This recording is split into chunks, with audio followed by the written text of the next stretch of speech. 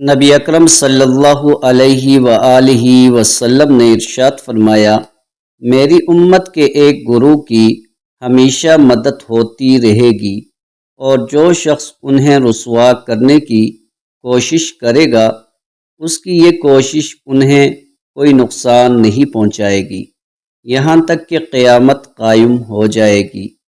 صحیح ابن حبان حدیث نمبر 61۔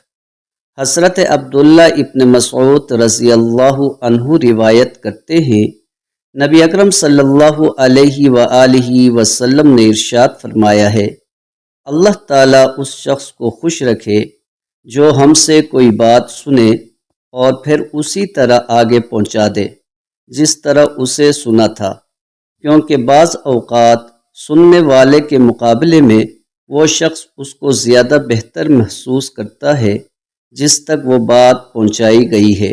صحیح ابن حبان حدیث نمبر 66۔